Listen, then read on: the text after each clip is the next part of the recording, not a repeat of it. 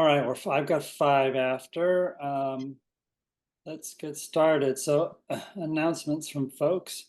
I was just telling Joni I did reach out to some folks in Willamette Heights to see if anybody knows anything about the rainbow on the Thurman stairs, or really the lower Maclay stairs. So I'll let you know if I hear anything. I haven't heard anything yet. Todd. County Commissioner Forum tonight, Lincoln High. It starts at 5:30. Good excuse to get into Lincoln High School if you've never been in there since it's been rebuilt. Huh. Other? I know our agenda says usually we talk about what's up next. Next week, Montgomery Park Area Plan, proposed draft Q&A with staff. So we're kind of further preparing for that tonight. And then May 9th, tentatively, the housing production strategy update. So any other announcements from folks? Erica. Just to note, you didn't call roll. Oh, thank you. I would look, yeah. Looks like I'll just do it quick. So Erica's here, Erica Stewart, Greg Tyson, Johnny Johnson, Wendy Hawkins, Llewellyn Robeson, Roger Verlakis. Either way, Steve Pinger, Bill Welsh, Heidi Bertman, and Todd Zarnitz are here at the meeting. Greg, we've gotten email correspondence from Elliot regarding the Quality Pie property. Oh, yeah. 23rd and Marshall. It's likely we'll try to have them in week after next to provide an update on their approach to the project, which apparently is drops all of the residential part and just is proposing a retail building. Elliot had requested just a couple of minutes to talk about that this morning. I don't see him on here yet, so just let's kind of flex around that if he's able when he shows up. I'll keep an eye out. Thanks. And Todd, is your hand still up or did it go up again? Yeah, there's another. I forgot to mention there was an NNCC board meeting earlier this week, and the I guess it was the architect took us through plans for the interior of their vision for what it will become. And I've never seen Roger wowed before to the extent I saw him at this meeting. I was wowed, not necessarily so much about what they're going to do, which is a wowzer for sure, but that it felt like it's going to happen. It's the first breath of fresh air I've felt about this city in a while. Oh man, what are you talking about this morning? The rain was incredibly refreshing. Yeah. Oh, well, I didn't mean meteorologically refreshing. I meant politically refreshing, architecturally refreshing. NCC. And I would say that the amount of money that they're prepared to spend, I was wowed by that. Boggling. NNCC. What is that? Sorry. The cultural center. Neighborhood thank you. Community Center. They are really putting a lot of faith in the future of Portland. But they talked about how it could be somewhat, I can't think of the word, but changing things. And man, if they do it, I think they're right. That is a huge, gorgeous investment with the best of the best in the way of architects and contractors and engineers. It was impressive.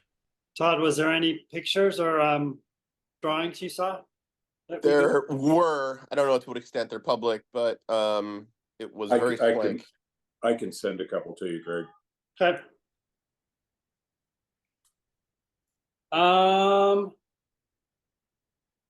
Let's go for it. MP2H.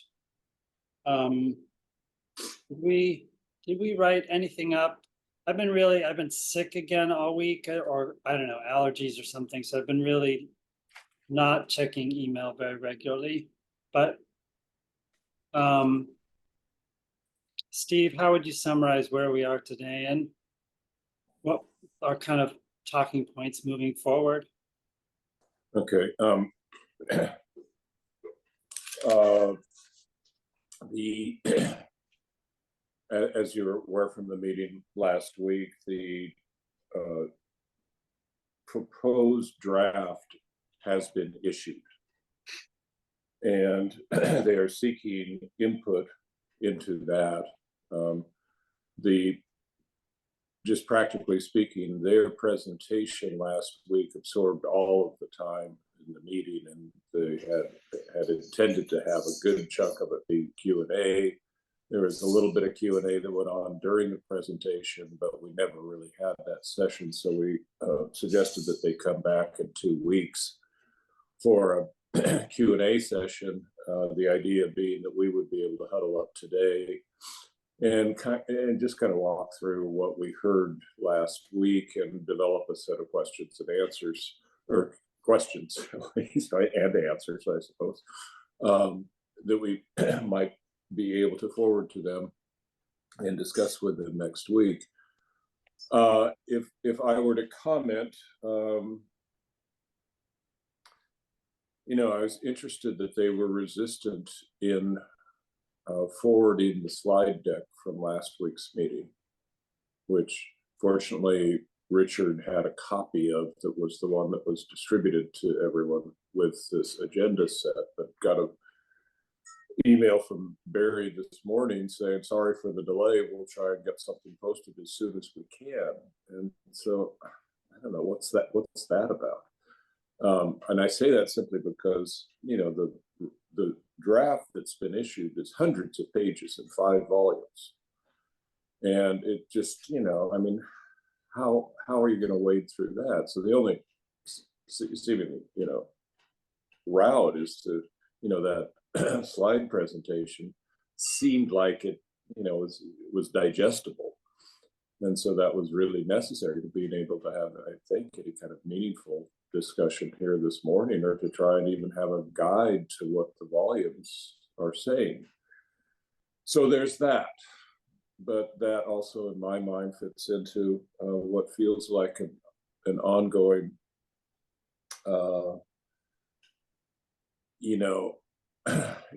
inexorable procession to a foregone conclusion, which isn't anything new in my experience with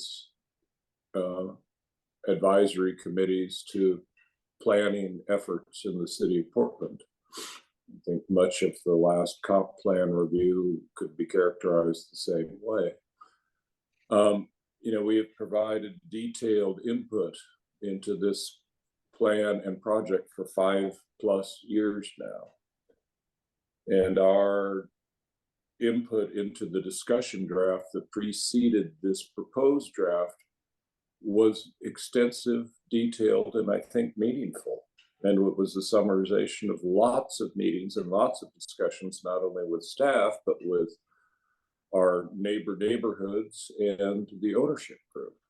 And they're just things that they're impervious to, it seems like.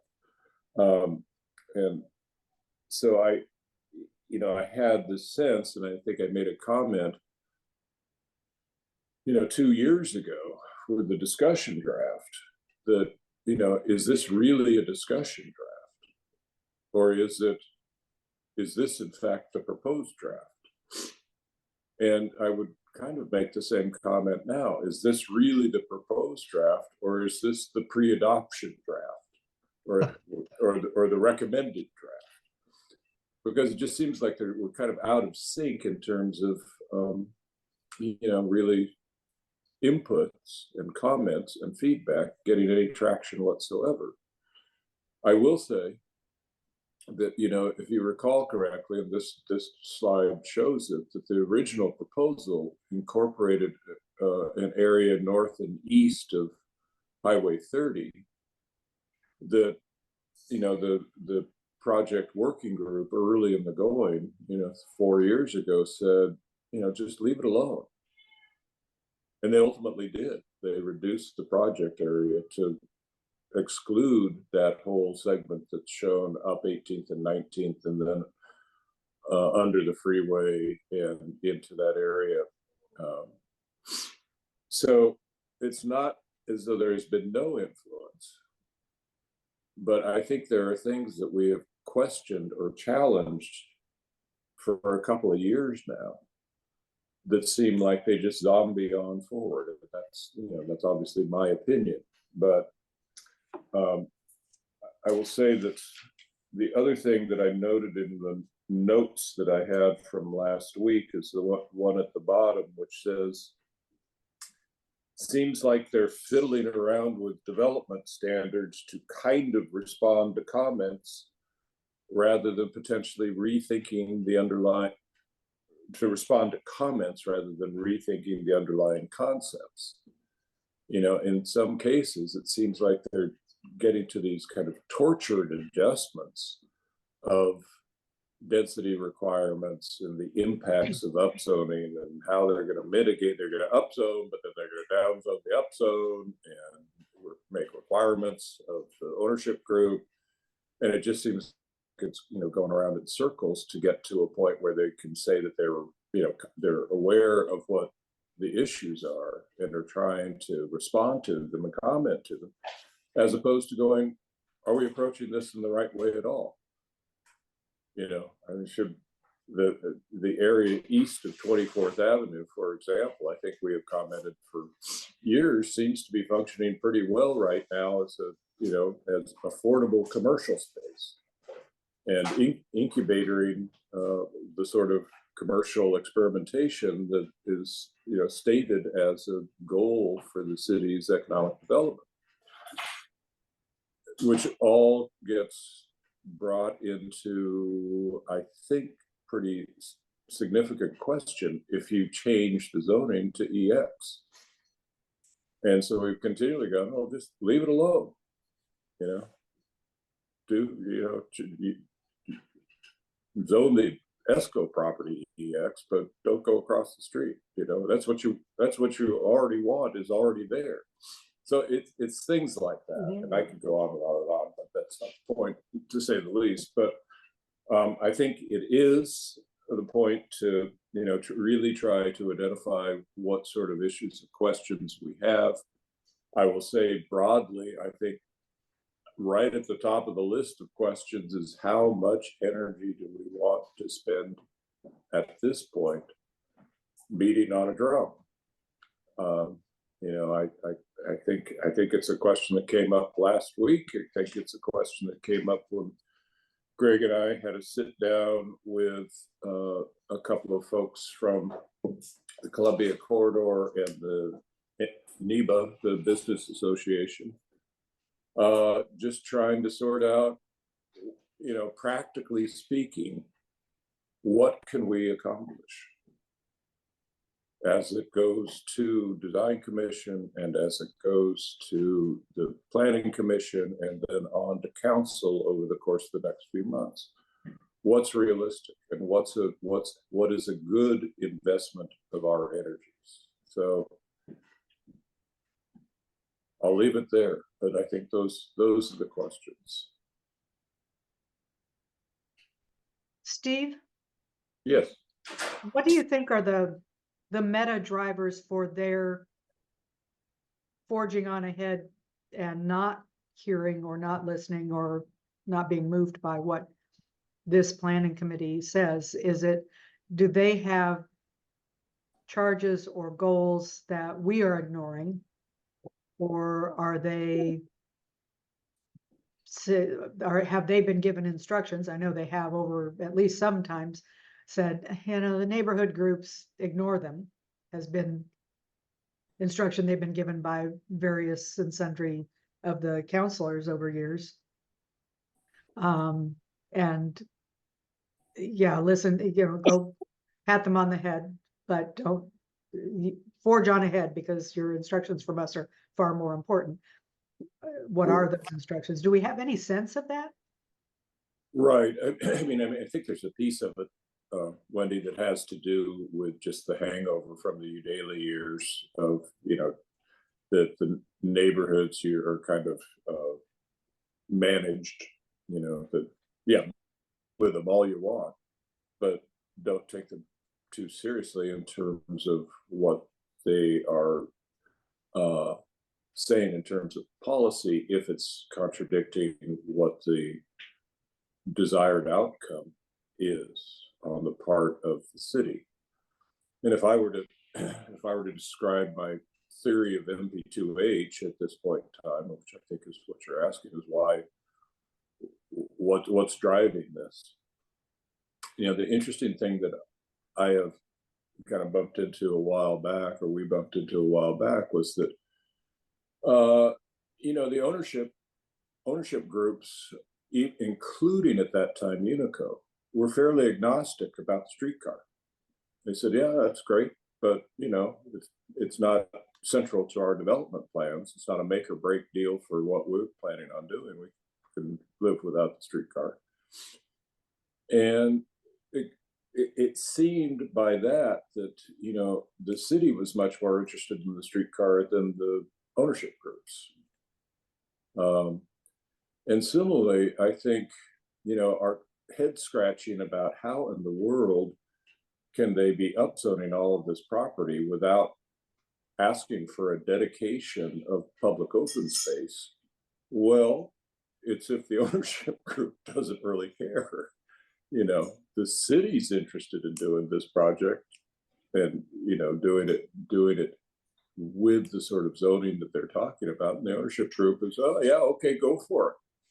But no, we're not going to dedicate any property. You know, I mean, we'll talk with you about it, but we're not offering anything up to make this thing go. And I guess what I'm saying by both of those things is that I don't think this is something that, I mean, Unico has the entitlements that they need, and ESCO, you know, is very patient, and they'll, you know, work their end of it out over time. But I think the city is much more eager to see this property much more intensively zoned, worth much more, represent much more on the tax rolls, be able to run streetcar in there. And essentially it's a jobs program. I mean, I would say it's a jobs program for city staff and streetcar. Is and there federal money? I don't mean, yeah, there's a whole host, I mean, there's lots of different buckets of money that are involved from what I can tell, but it just seems like, you know, the city's the one driving this more than the property owners. Roger, Go ahead. Roger. My thought on what we can do about it at this point is not much.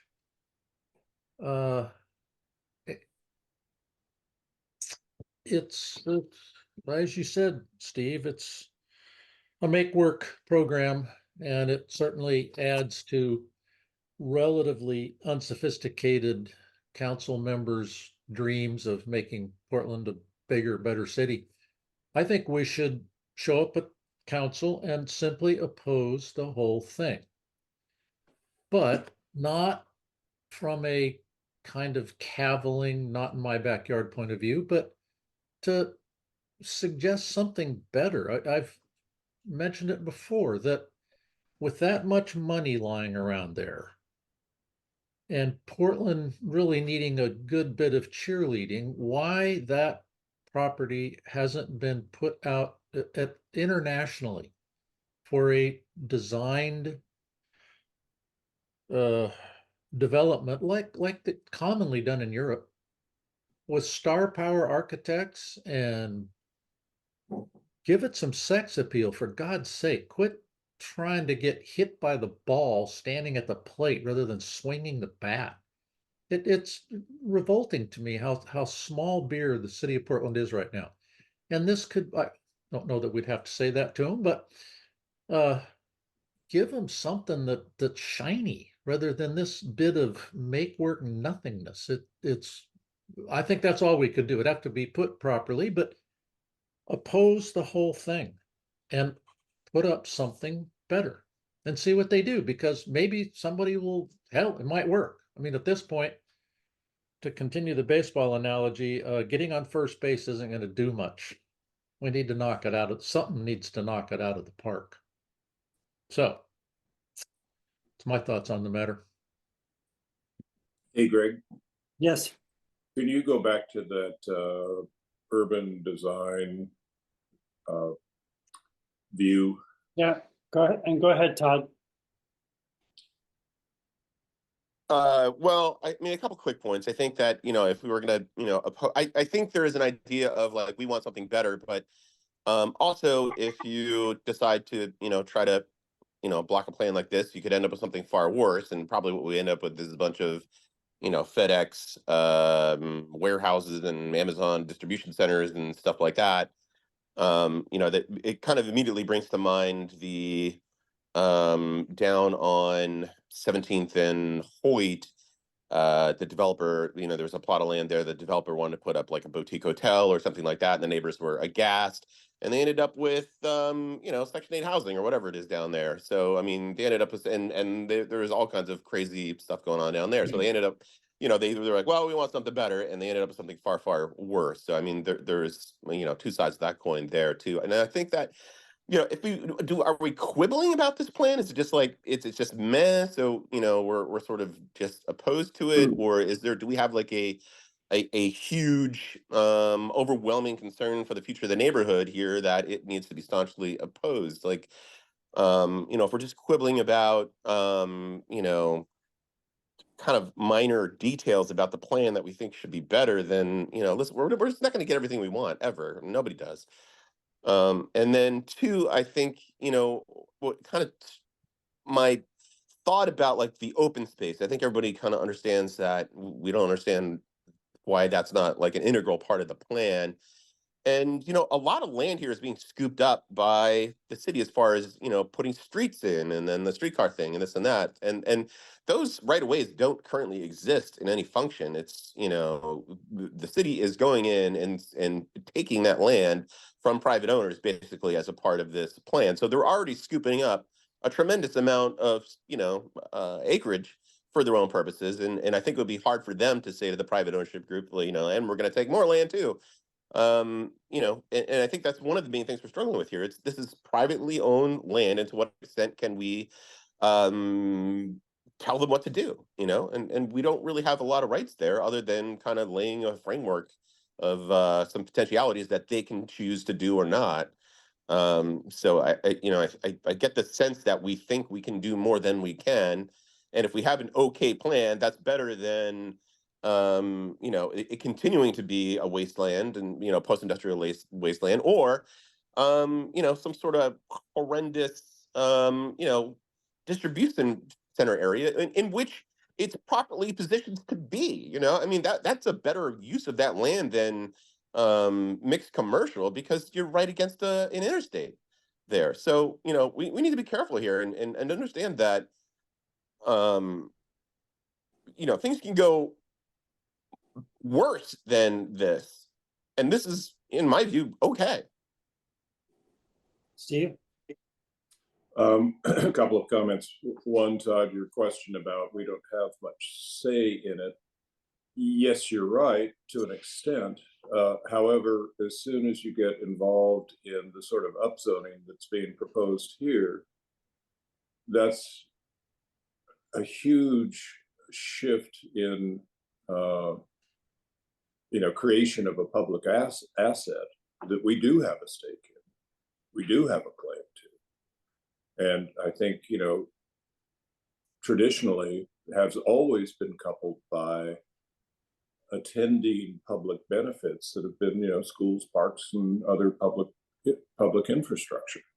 So I think, we absolutely have a stake here. I would also say, yes, boy, can always get worse, but this urban design framework, I don't know what its relationship is to the earlier urban design work that they had a big time architect do, who, as far as I can tell, never visited the site, and that was it. Our part of our comments to the discussion draft was a feeling as though, there needs to be a vision here. There needs to be some sort of urban design, for the lack of a better term, vision, and we generated one. And I think if you put those side by side with what's shown here and really kind of look at it for what it represents and the kind of subtleties in there, it was a much more interesting plan. Whether it's it or not is a good question, but I would say that I think what we put forward as a vision was in part, informed by our experience at Conway, in which the creation of a pedestrian network of streets and the creation of open space and realigning density and that sort of thing. I think generally speaking was really successful. And I think as commented at another time, I think the benefit it has is that it presents pretty well for people on the sidewalk next to those buildings. That was the objective going into the Conway master plan, is to, create not something for other architects and not something for tourists and not something to wow people from the Fremont Bridge, but something that is really comfortable and livable and welcoming to people that are actually at the corner of 21st and Raleigh. And Roger, I'll push back a little bit about your sense of going out for international competition with. I retract that. Well, I think that'd be great. But you're right. I hear what you're saying, and it could be great. It's just that I don't have many recent examples of that actually being great. And for those of you who've heard this anecdote before, but I'll try to say it briefly again. The Conway project, in one of the architectural blogs, gets lots of chatter from architects, and there's one that runs basically, gosh, couldn't we have done more interesting or / exciting buildings? That's a reasonable question. And like the Solo project in Oslo. And I didn't know what's that, so I went and looked it up. I kid you not. It's a project, similar size, much bigger buildings, lots of towers, and lots of, very exciting architecture. But for whatever reason, there are not any human beings in any of the photographs that I could find on the interweb bed. And nor are there any photographs just from on the sidewalk being next to one of those buildings. That's just the way those Norwegians are. Don't worry about Yeah, that. right. Stop that. Okay. Stop that. We're shy, but we're not invisible. Okay. All right. Anyway, I just, I personally, I wish this project was, a little more like the Conway project, build on that, but a Conway project that's also looking far more forward and not hung up. I mean, to me, the problem with this concept is that it's South Waterfront all over again. And I don't think that's very successful. Joni, you had your hand up and then you put it down. Do you still want to speak? It actually, once I made a little outburst, it put it down for me, which I find to be somewhat rude. I don't think that's fair. My volume should not direct the reactions in Zoom. Anyway, a couple of things specifically. Portland has very little appetite, I think. I agree in the sense of international design, because look what happened to poor Michael Graves. I mean, people didn't have the actual chutzpah to build the building that he designed. Portland got its hands on it, and we know what happened there. A couple of specific things, though. One is, I'm not sure anywhere that's easily accessible as how many residents they actually think this will add. I'm sure there's information in there, but I think we need to understand how many more people that are going to will actually live in this area as opposed to just work in this area, because again, it will have some effect on the neighboring schools. And I think 3,000 to 5,000. 3,000 to 5,000. Okay, thank you. 2,000 new units. Okay. The other thing I'm thinking about is that Portland has learned a lot about its cityscape in the last 4 or 5 years, given the pandemic and what's happened with street crime and the homeless. I don't know that this vision looks different enough to have taken any consideration into what lessons we may have learned in terms of how urban design either supports safer streets or not. I think it's a fair question to ask them. How have the last few years in Portland and what's happened in the streets and these areas that people congregate where there have been problems, what have they thought? What have they done to incorporate any of that thinking into their proposal? Which is at least a question that they have to try to answer. And also, I'm thinking about back to the Mm-mm. question in that the I will. library designers brought up, which is the trauma informed design elements for the library building, which I went and looked up. I don't see any evidence of how they speak to that specifically. There's lots of talk about equity, and of course they use the word incorrectly, as people usually do with equity. But I would like to pose the question, 2 questions. What have you learned? What have we learned? And have you thought about that in terms of this design? And also, what have you thought about in terms of if the city is now approaching some of their construction and some of their design work about with trauma, thoughts of trauma, how have you responded to that in this design?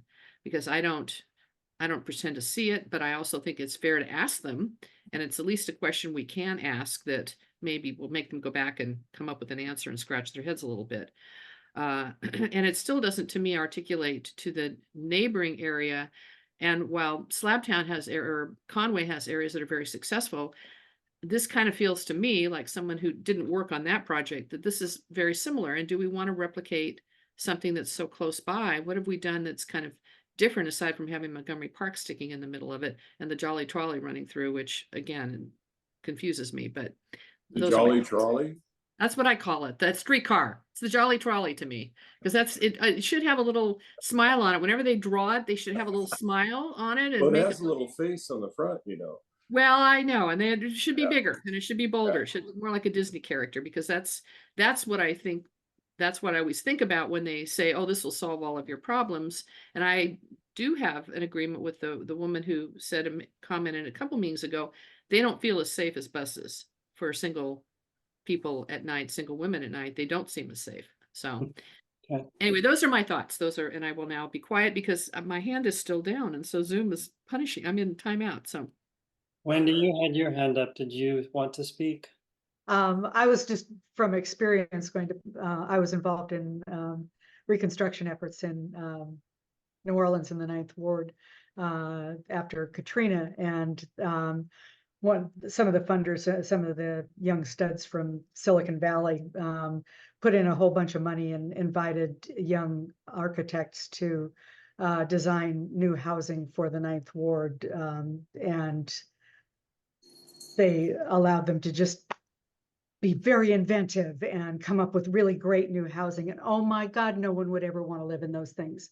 They were just awful, ugly and strange. And they had a really hard time getting people to choose to live in those, except that they were free and okay, but ew. So be careful what you wish for with competitions. All right, and Todd, I see your hand up. Before you go, Todd, I want to just respond to what you had raised earlier. I am very opposed to what's being proposed here.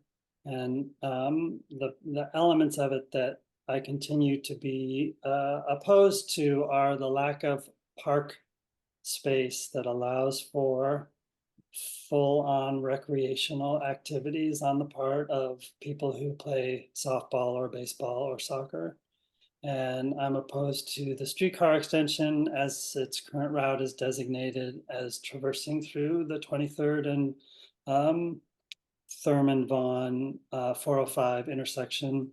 And I'm opposed to the 405 or to the streetcars path in the actual development, as Steve has articulated. It's the two-street approach isn't appropriate for a main street that could focus on commercial activity along that main street.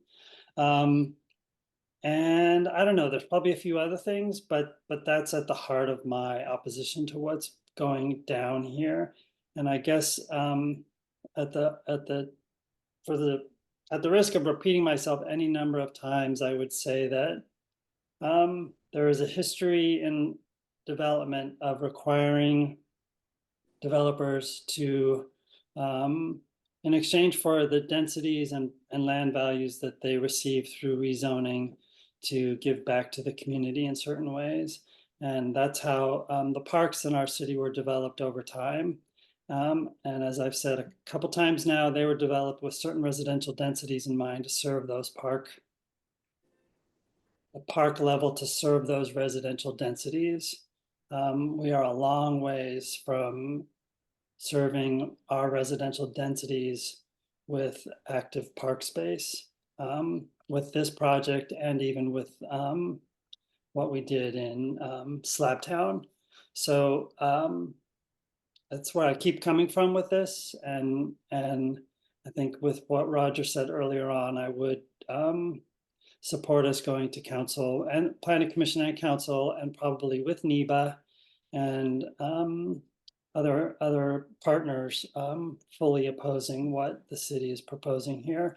And I guess one last thing, Todd, there is a whole bunch of adjustments, or very let's just call them adjustments at this point, that need to be made to the district plan that are a part of what's being proposed here. And I think there are pretty strong grounds in those sorts of actions for us to be making some pretty strong statements about whatever that might be, since so go ahead, Todd. I think the one thing that we haven't mentioned, which I think we all probably know, is the reason this is being rushed along is because the city government is transitioning, and who knows what the hell is going to be going on after that. And it's felt that this is important to get done before the chaos ensues. And again, I think if this is like something we want to oppose, we have to have like a short enumerated list of things of which we find objectionable, and it can't just be a little bit of this, a little bit of that. It has to be some sort of coherent, sensible, and community endearing reasons that for the opposition. It can't be like, well, we also had a plan and we like that one better, or whatever. It has to be the one or two things that we find very objectionable. And I think my sense is, and I don't know this for sure, and none of us do, I guess, is that the trade-off that the city is making them is the streetcar, and they're proffering that that the streetcar should go through there, and then they're going to take the land to do that. And that's the trade-off. And they could have said, instead of the streetcar, we want a park, and that would have been fine too, probably. But they chose the streetcar thing for God knows why. Which with the thing about the streetcar is that the streetcar actually helps the upzoning and the value of the properties there, because it's sort of like a shiny, expensive object that only serves to make that future upzoning land more valuable, in which a park might not, because if it's of any size, then you're going to take away a lot of possible space for development, and that the value of that land goes to zero. So my feeling is that the city is is saying is making a trade-off, not for open space, but for the streetcar, and the streetcar is getting in the way of open space, I guess is what I'm saying. And also a final comment I heard at the last at the presentation, somebody say, well, this FAR is going to block my view of the Montgomery Park building. And I thought that was a curious comment, and one that sort of might need a quick look at, is that we're talking about sort of the skyline changing, but do we want to preserve a view of a building? Is that something we care about? Or that kind of a comment like that without thought kind of makes it sound a little silly, in my view. But I'd like to hear more about the concerns. That was my concern. Yeah. Joni, I asked- just a quick response to Todd on one thing. So 2,000 units developed in this area at $15,000 per unit of parks SDCs generates $30 million in SDCs for revenue for the city for parks. Yeah, that's just for parks. That's Multiply just that for by parks. 5 or 6, and you've got the increase revenues. I wouldn't call them that, Roger. I would call, I mean, well, I understand what you're saying, and maybe just to clarify. So there's tax revenues come from property taxes, but these SDCs, have to go to specific things like the street network, also Todd, that you mentioned as being somewhat in existence, but not fully. So I don't know what the per charge is for PBOT SDC, but that pays for new streets in this district as well. So that's another $30 million generated in this neighborhood that, we already know and have calculated many times what's been generated by other development in the neighborhood that we have seen very little of. Okay, now I've lost track, but I think it was Elliot and then Roger Joni. and Steve. I was just Oh, going to Joni, defend. were you up? Okay, sorry. Go ahead. Yeah. You disappeared again. I know. I have a very pushy little Zoom program here. I was the one who made the comment about preserving sight lines because Montgomery Park, whether we like it or not, is an iconic building, and it's kind of one of the last sort of iconic buildings that it anchors sort of one end of downtown. It's something everybody sees when they fly into Portland or when they fly out. And the idea of just sort of, and it has great views. If you've been up in the top of it, it has some great views. And if they're going to have a neighborhood there, I think that there is some advantage of having some sort of protection for that building, and it just doesn't get sort of obliterated and obscured, at least from the east side. Obviously, the west side is different. But I was the one who made it. I feel very strongly about what's happened in Mount Hood across the city, even though we had rules and guidelines for that. The corridor that was lost, the view corridor for Mount Hood that was lost when the Ritz-Carlton was built coming down Burnside, I think is an unfortunate loss. So I'll cop to making a silly comment, but I do think there needs to be something at least that's different and unusual, and that's the only thing we got. And they're not going to build anything that's better. So that's for what it's worth. Well, can I just pipe in? I would say I think it's a great comment because that's like a defining feature of that neighborhood that was I never saw it incorporated into any of the plans of saying, like what is the character of the neighborhood. I never remember seeing the fact that was, sort of an iconic building in there. But also, I think, if we're going to talk about we have a high housing crisis, and we need to build housing and infrastructure and this and that, and we can't also say like, oh, but we want to look at I want to maintain my view of the Montgomery Park building. I don't know how that fits. We can make it fit. We can at least have the conversation. We can at least have the conversation. And no, I think it's a great comment. Elliot. Okay. Yeah, I was just Elliot, responding to Todd's comments. And I mean, I guess the question I'd have from Todd's comments is, is there any hope of not having a streetcar and instead having a park? Or is that just, a battle that's already been lost? I don't think there's a trade-off. I don't think it's one or the other. Well, okay, sure. I mean, Todd was speaking about, losing the right of, the significant amount of land to the streetcar, which I understand. And Todd, I mean, in terms of a park, I mean, there's a number of ways the city could make it worth the while the developers to cede land for a park. I mean, as Greg's pointed out, there's all the SDCs generated, of course, it goes to the city. The city could give them, whatever, some sort of tax break, to make it worth their while to cede more land. So, I mean, there's certainly mechanisms that you could do that would make financial sense for the developers.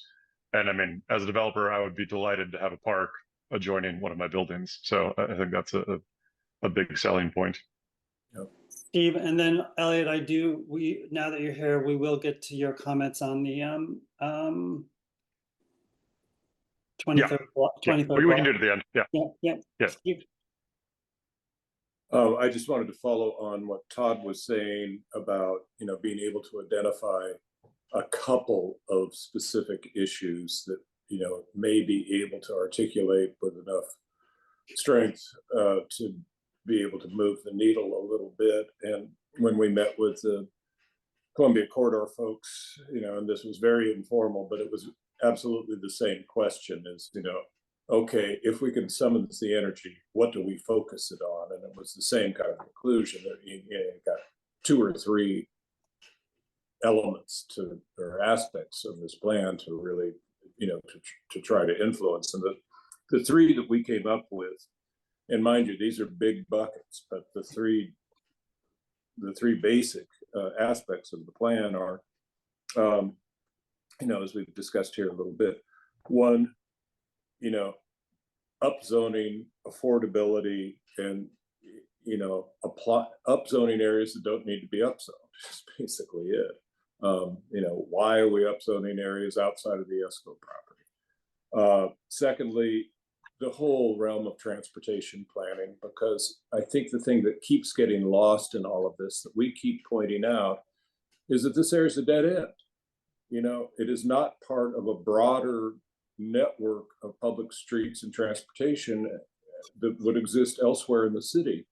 And they're applying, kind of design aspects as though this was in the middle of the city, and it's not.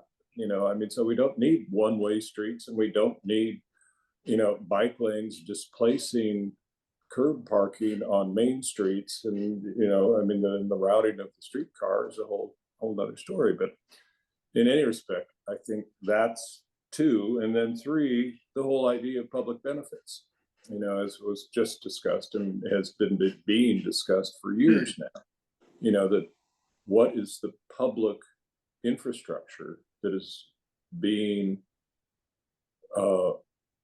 exchanged for the increase in private value. And, I think that is a still unanswered question. I'm fascinated that these kind of, ideologically driven social justice gestures are being, in my mind, trotted out there as public benefits, but I have trouble taking it seriously. And shame on me, and I don't mean to grab onto the third rail of current politics too much, but it just there's a point at which what are you saying? And we're there. So those are the 3 that are up right now. Roger? Well, just to get it off my chest and then offer something practical, I'm completely opposed to it. The city's machinations and anything to do with it, for the simple reason that a year or so ago, a city employee came to this meeting, quite knowledgeable, well-spoken, and told us without any controversy whatsoever that there is more than sufficient residential zone land within the limits of the city of Portland to accomplish our housing goals. That was a flat, categorical statement. I took him at his word.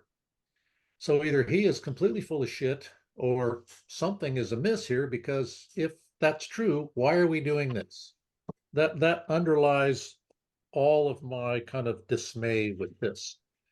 How far we would get with that at city council, I don't know. There's a lot of tailwind in this thing. So I guess then we could maybe circle the wagons around beating the concept of the huge increase in value of this land.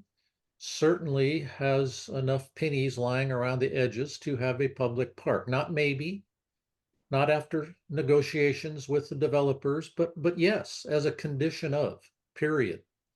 And secondly, something that's somewhat near and dear to my heart, it should be near net neutral for carbon consumption. I mean, really? It is not difficult to do that.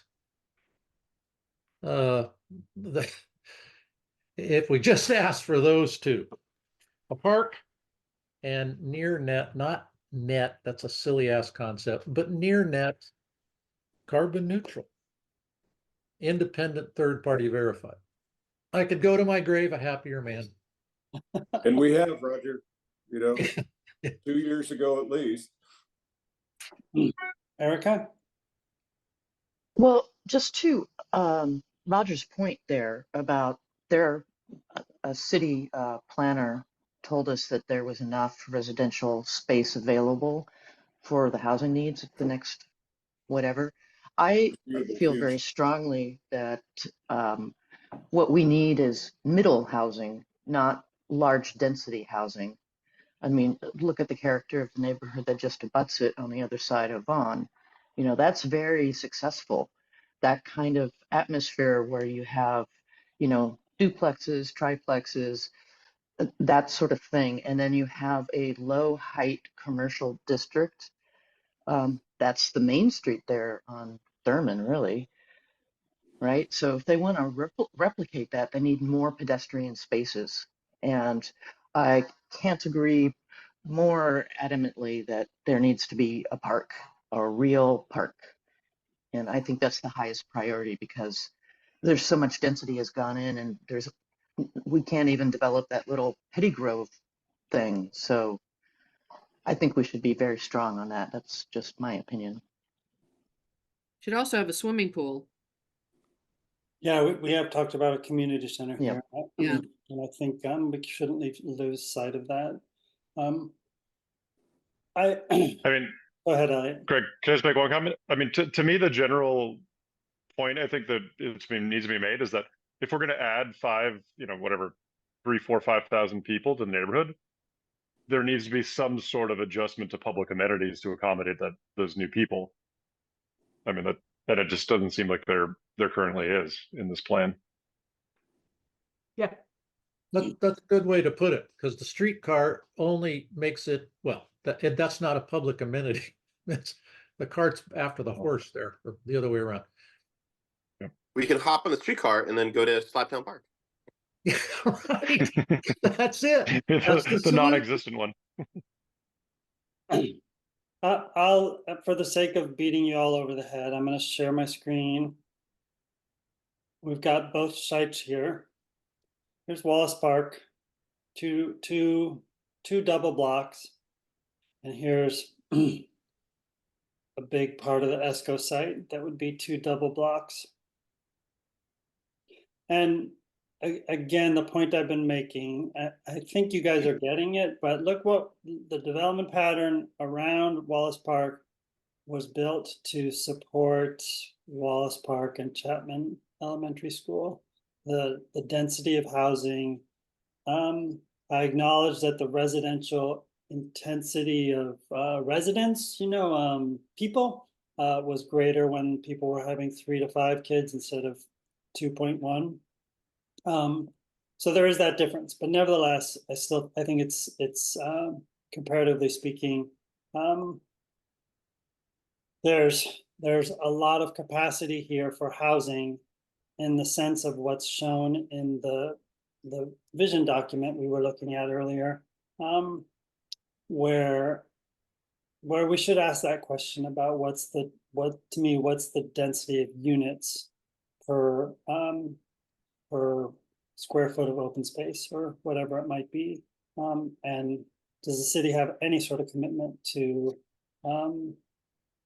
providing recreational park land in these areas of new development? So go ahead, Todd. I think this is a good overlay. If you can put it back up for a second. And Okay. if you look at the size of Wallace Park and compare that to maybe just the ESCO properties alone, I mean, it's probably more than half the size of the ESCO property. So, I mean, I think we have this vision of a big ass park there, but we're going to have to take half their land to do it. There's less space here than I think is being acknowledged by the group, I would say, because if you take the size of Wallace and put it on there, it's more than 10% of the whole land, and probably more than about half the size of the ESCO property itself. It doesn't have to be as big as Wallace Park, and I agree, Todd. It couldn't be. Even developers who have just gained a few 100% of their investment value by the zoning change, if they did nothing, wouldn't be able to hive off that big of a park. But Wallace Park's got 2 baseball diamonds in it. We don't need a park that big. I can't hit the ball that far anymore. What the heck? Just a park. But it barely accommodates anything like a soccer field, which is what the need is. Yeah, Yeah. but it wouldn't fit. I mean, Todd's point's a good one. There's no way we're going to get that out of anybody. Right. Here's our forthcoming park right here. this is a little bit dated because the new square is open, by the way. If you haven't been by, you can actually get in there. Could I wash my dog? Maybe, but you'd have to like live in the building, I think. Okay. Greg, Um, I just sent you the urban design thing that we did a couple of years ago, okay. just for reference. And can I make one more short point? Is I think the thing that kind of surprised me too was the idea of sort of putting on 23rd across Vaughan, you know, a streetcar and pedestrian crossings and this and that, and also have it be, you know, a major collector for the interstate freeway system. You know, and there's going to be lots more cars and traffic in that intersection. That's going to be a very heavily taxed intersection. I don't know why did they put like pedestrian crossings in there, and why is the streetcar there? Good It seems like it's going to be a very chaotic place that I think is going to be of anything in this plan going to affect the neighborhood more negatively than you know any one particular part. So when we were talking about vision earlier and articulating something, this is something that we had proposed. Well, that'd work better than what's proposed, but yeah.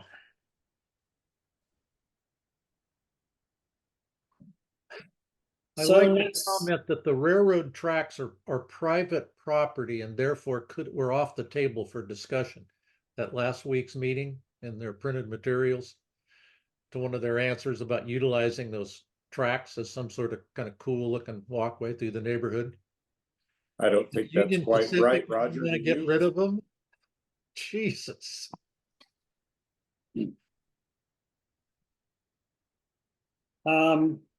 so next week we meet with city folks and So can we not just back and forth about details? Can we all, can we just tell them what we want and figure out what that is? And tell them we're gonna tell council that? yeah, Roger, I think so thank you. that's Let's go ahead. I mean, we've heard a variety of opinions here this morning, and so why don't I ask? I think I've expressed myself pretty strongly. At least three of you have, but let's just do it real quick. So I'll do a bit of a straw poll activity here. So you heard I'm opposed to what they're proposing, and only until they acknowledge sort of the full impacts and meet the needs of the community in a better way would I potentially support this, because I still at fundamental level come back to what Roger said, which is there's plenty of capacity across the city. And Erica, I have a response at some point to what you've been suggesting about different kinds of housing types, but that's me. So Wendy, what's at the core of your feelings about this, and what would you vote if you were voting on support or not support today? Well, clearly the one of my priorities is that we've got to have more parkland, and I'm big on the dog walking park and big recreation park, and no, Forest Park is not a substitute for either one of those, please, and stop using that as a false flag. And yes, the way that Slabtown has been designed, it's a lovely place to live and walk around. I live here and walk around here, and I find it very pleasant. And obviously you come out here on even a not so nice evening and people are having a good time walking around and enjoying it. So this works for a lot of people, but it's not the only thing that works for people, and we need variety. But I think there's a lot of potential for that space other than cramming lots and lots of more dense housing up there. So that's not the only solution that's needed up there. And if there is already extant within the city plenty of space for housing, this doesn't have to happen here. And there's no major driver that I can see for adding the streetcar to go up there. There doesn't seem to be an audience waiting for it. Elliot? Straw poll? Again, I mean, I would just say if the city is rezoning this in such a way that it dramatically increases the value of the land, which I think we're all assuming that's a given. I'm not entirely sure that is true, but let's say that is true.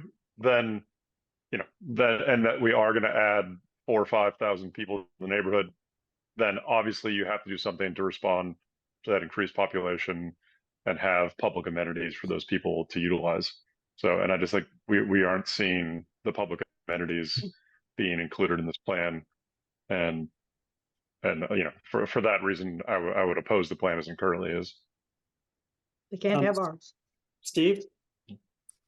Same thing, and I think it's a good point, Greg, to just, you know, so if we're not talking about what should be there or what could be there or what the conditions of what's being proposed could and should be, if we're simply talking about what's being proposed here in an up or down way, I'd absolutely oppose it. I think it's too flawed. There's too many things that it's not doing. You know, I'm not opposed to the idea of the redevelopment of that area and the transition of utilization and all of those things we've been talking about for 6 years. But if, you know, you go back 6 years ago, it was very much about, you know, doing something that was looking forward, you know, taking advantage of the opportunity and rising to the occasion to create something that's, you know, unique to Portland. It certainly at least reflects the subtleties of the existing site characteristics and history. And, you know, as Rogers, you said, you know, create, you know, a carbon neutral redevelopment zone with, you know, with all of the utility and services infrastructure that goes along with that can only be created in projects of this size. And, you know, I think we were quite clear about setting the goal, our vision, aiming high. And, you know, this just doesn't. As I say, this keeps being South Waterfront, you know, Without the hype. done over again. And, you know, I just think that's failed. So I guess the thing I'm interested in is, you know, if this committee simply assumes, you know, a position of opposition, you know, it takes a position of opposition, where does that go?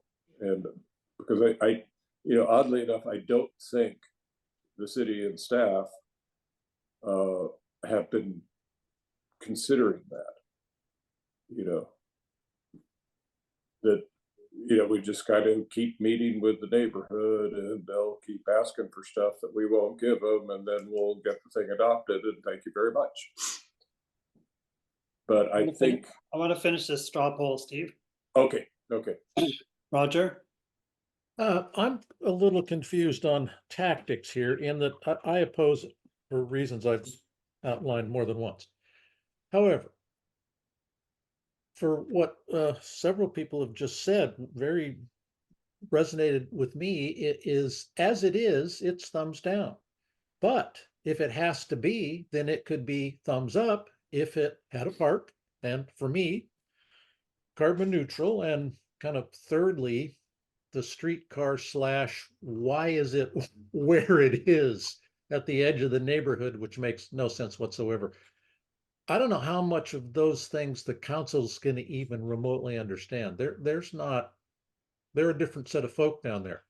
So should we say that as it is, we oppose it, but with a few things changed, the park, carbon neutral or close, and something else, we think it's okay? Or should we just oppose it and stick to our guns? I don't know which way would get us the farthest. I assume we're generally of the mind that we oppose it as it is, and that then the question to me is how do we get what we want easier, or if it at all? But I think we offer the reasons why it would be okay. Okay. Todd? I agree with Roger. I think that, we're not, the way to get we want. I think we say we tentatively approve as long as these following modifications can be made. And I think that if it doesn't get approved, then we have to look at the reality of what the land currently is, which is heavy industrial. And if Intel wants to buy the property and put a chip manufacturing plant in there or whatever, that could happen. And what is that? What the effect of that on the neighborhood? Onshoring industrial facilities is like a new thing now that people are deciding China's not the place to be, and that's kind of prime real estate for somebody that would want to put some manufacturing in, or as the previous land or as the current landowners have said that we could put some light distribution centers in there. And I think the danger there is that once that gets a foothold, it's going to be really hard to take that out, and we're going to be left with some form of manufacturing distribution center there, which I don't think will benefit the neighborhood at all. And in fact, I think it would be detrimental to the neighborhood. And that puts us in opposition with NEBA, clearly, who want to protect their industrial sanctuary. But the flip side of the coin there is that we're okay with heavy industrial right next to our neighborhood, which I don't think is a good idea for us. And that's currently the zoning, right? So that's what we're stuck with right now. And if this doesn't get upzoned, there's a real possibility that we could be stuck with some facilities in there that are not going to be good for us. I think too, we got to look at the carrying cost of the land. With interest rates going up at some point, if this debate or idea goes on for much longer, where it says, okay, we're going to need 5 more years to upzone the land, then the owners of the land are going to say, well, we got some heavy carrying costs here. We need to put some something that returns some money on that land, and that's going to be probably some distribution centers or something like that. And I don't want to see a ton of trucks in and out on Vaughn all day long. That's going to suck. So I think we got to weigh the bad here and not just say, well, we want better.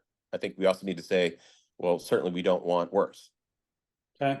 I'm just trying to make sure I get through to everybody on their quick response to this sort of straw poll reaction. Wendy, I don't think I've asked you, or sorry, Joni, I think I have not asked you, is that correct? Yeah, just one, I'll try to make it quick, but one of the tactics that's worked very well in other neighborhoods across the city is to talk about a sense of place, sense of history, a sense of honoring the past. And this development does not do that. That particular spot has a very interesting storied past with the Vaughn Street ballpark, and it's an industrial area, as you mentioned, those tracks that go through there. Lewis and Clark Exposition, there's a lot of history there. And at some level, I think, while I'm certainly not at all conversant about the dollars and cents and how all this works, I do think that sometimes appealing to the emotional argument about we want to see a neighborhood that really honors what this piece of land has meant to Northwest Portland and the development of the city. I mean, I'm not going to go into all that, but you can look up Lewis and Clark Exposition and try to make an argument or part of an argument that talks about the fact they've left that out entirely. And as I put in the chat, York Street is not named after York. It's named after a circuit preacher.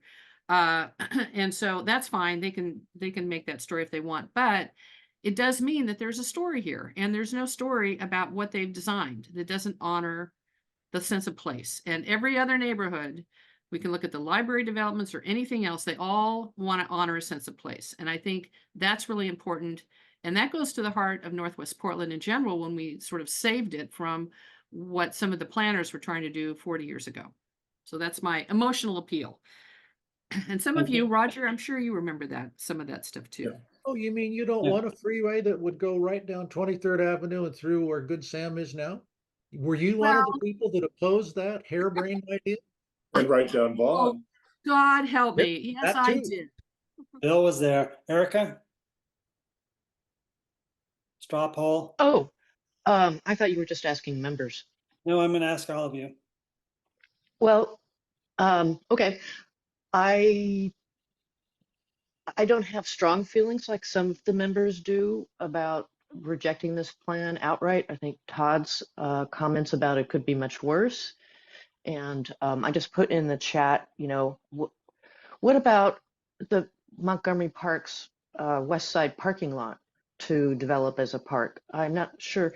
I mean, they just sold the building for 5.6. Did the city buy it? So if that's city property, then why not turn that parcel into a park there? And it has a beautiful view of the entrance of Montgomery Park, and it already has mature trees and on a hilltop.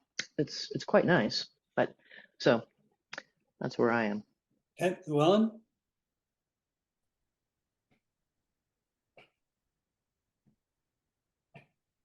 I think that a real public park is most important. And I do not see any value to running the streetcar there.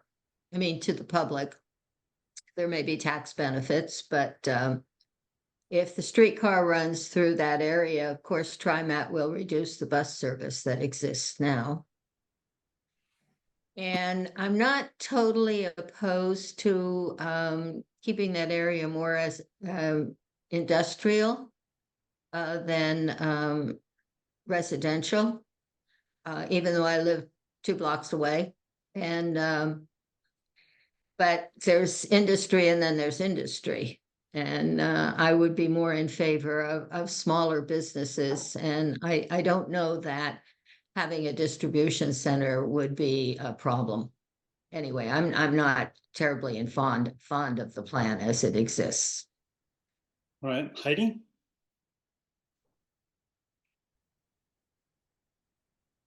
Sorry, takes me 20 minutes to get unmuted. Thank you. I echo concerns regarding public infrastructure in general. Of course, we think a park is of utmost importance to character and quality of life in the neighborhood. And we recognize, as all of the discussion, I was nodding my head, that there's not a parcel of land to, I think, develop fields for recreational sports, which is in and of itself a dire need, but there's still great value on zoning something open space and dedicating it as a park. That type of recreation right now is crossing over with other scheduled recreation in the neighborhood over at Wallace, and it can be a little bit hairy at times for people, and it's just not enough space. Something that I just want to throw out, and this is not anything that needs to be a comment that's formalized, but it's a topic. Our, by law, our planning cycle, long-range planning cycle is 10 years, and we're a few years into our current long-range plan that's on record with ODE. And the likelihood of seeing all of those residences filled with families that have school-age kids is, in our opinion, probably not that high. We don't see that manifesting in any other residential development, regardless of economic class and design.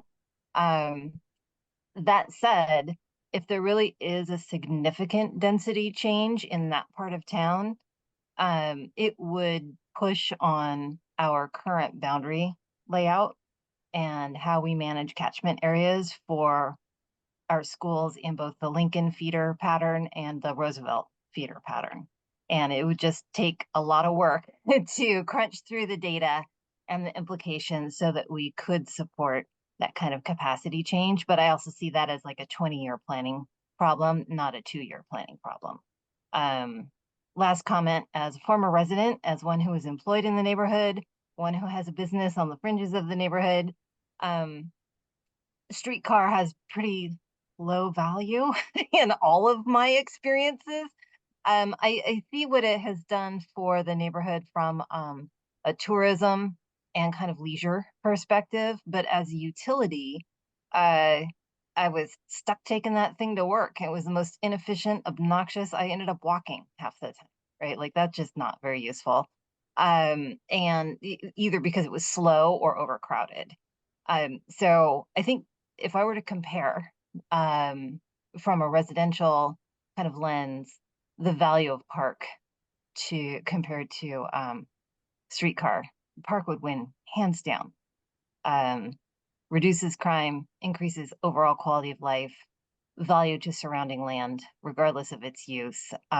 It's just, you can't deny the value of park. So my 2 cents. Thank you. Thank you. And Alyssa? Or Alisa?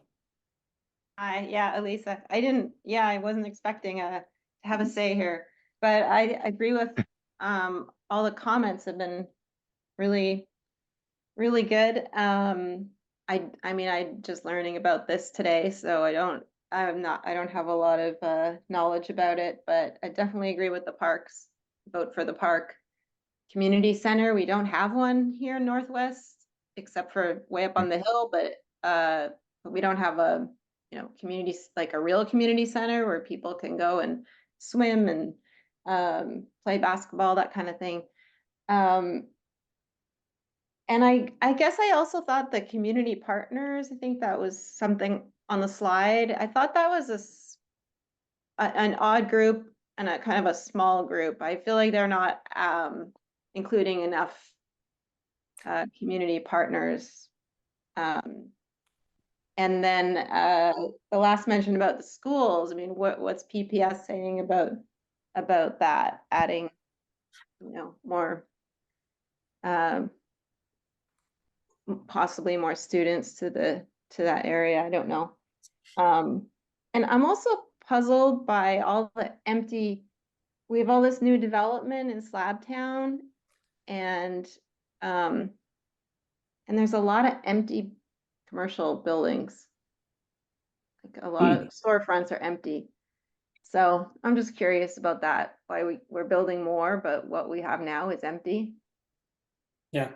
And will this housing really be affordable?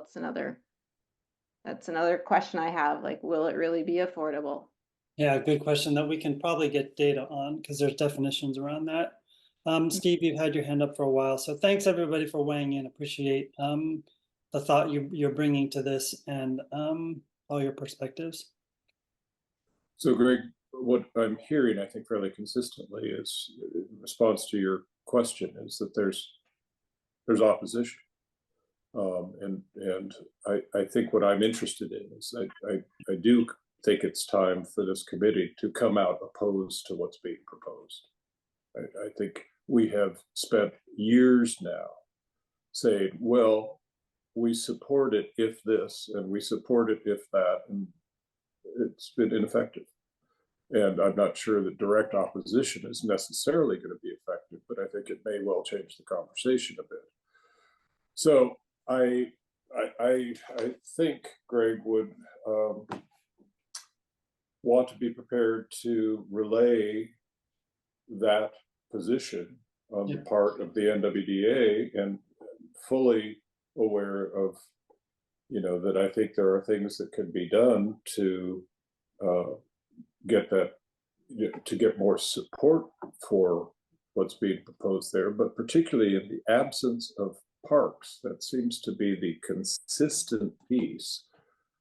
In the absence of some provision for a dedicated public park, public park, we're just not going to support it.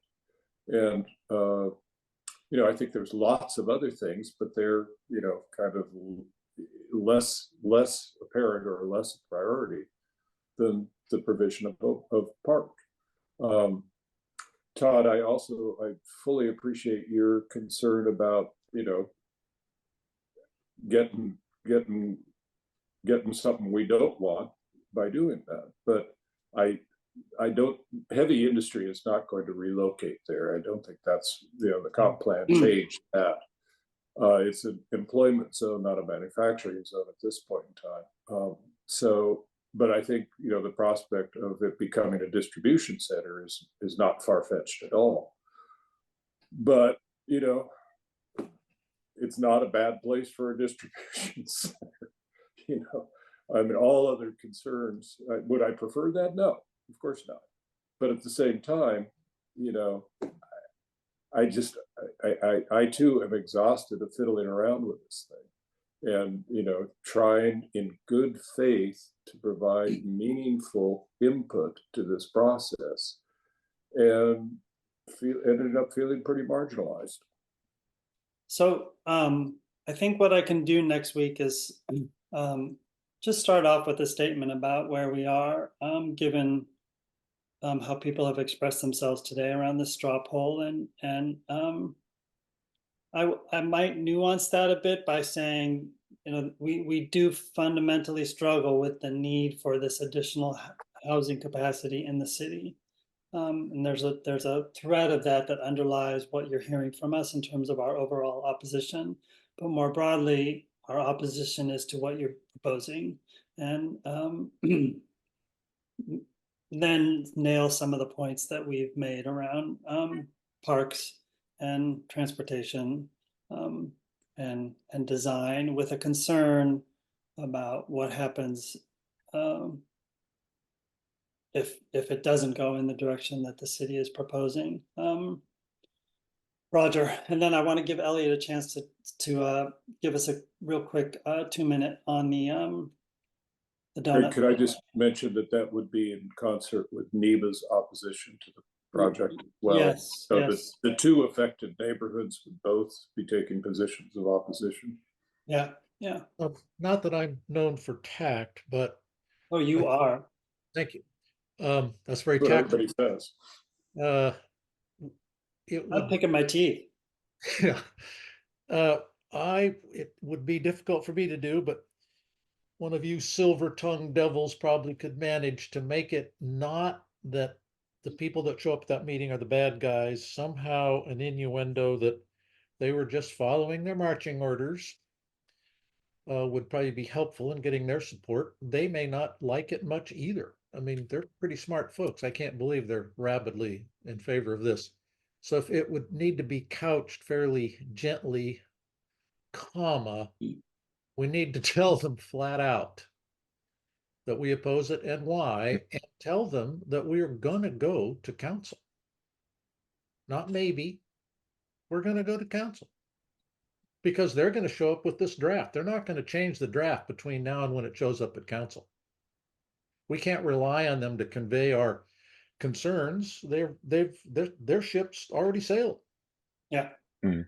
That's not to scare them. They're bureaucrats. They can barely be budged. I think it's just so we're honest. Yeah. We need it, Wendy? And I then don't think we should also be rushed into this because there's a new council structure coming. Everybody's racing for the doors now. And if, that isn't necessary, it's going to be chaos, yes, but I don't think we should be rushed into making a decision this big just because the structure's changing. And you can see a lot of that now in proposals. Yeah. Wendy, and then I'm going to call it. I agree with Joni on that last point. And I was just going to comment, Intel will not locate in this land. I can tell you that. Yeah. And I can tell you it's a pretty unlikely location for a sizable distribution facility.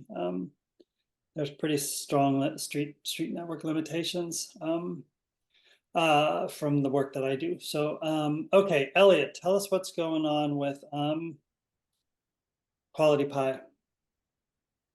Yeah, so guys, this is the Quality Pie, which is Northwest 23rd, and what's the cross street? Is the Marshall, right? Yeah, between the N and the M, right? And so, anyways, I got a call yesterday from the owner developer of that property. Long story short, they would like to request a time to come meet with us. They were hoping to do that in person, but I don't think we do that at all. Still, do we? In Barcelona, sure. Sure, yeah, please. Barcelona. Anyways, they want to come meet with us again to explain what's going on with that property. Again, long story short, they're giving up on the development that we had reviewed for that site, which was a 4/1, mixed use retail with apartments above. I want to highlight this to the committee because this is an example of the new reality that we're in Portland, where I think for a long time, the underlying attitude and assumption of everybody, including I think most people in this committee, was that it was kind of, we were in the middle of this gold rush, and it was a never ending bonanza of, if a developer was allowed to build something big, they would. And that is just like a gold mine for anyone who could get a building up. And that is definitely not the case anymore. And this is an example of it where they're giving up on this because construction costs have increased, 60-70% since COVID. Interest rates, obviously, and then just how much less attractive Portland is as a destination for rental residents.